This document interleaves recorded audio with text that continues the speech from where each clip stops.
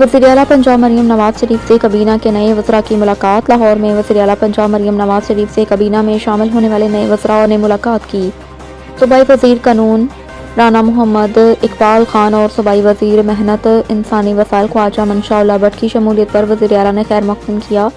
दोनों रहनुमाओं ने एतमाद के इज़हार पर मुस्लिम लीग नून की क़यादत का शुक्रिया अदा किया। मुलाकात में पार्टी अमूर, सियासी हालात, अमन व अमान की सूरत हाल पर तफसीली गुफ्तगू।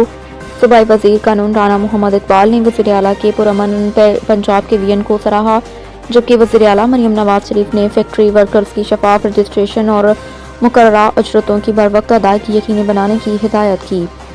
शहरियों के जान माल की हिफाजत हमारी पहली तरजीह है। चंद माह की कलील मुद्दत में सूबे भर में अमन व अमान की सूरत हाल में बेहतरी लाई जाएगी। दूसरी जानिब वज़ीर-ए-आला मरियम नवाज की क़यादत में फसल की वाक़यात न जलाने की आगाही मुहिम ने तहरीक की शक्ल इख्तियार कर ली।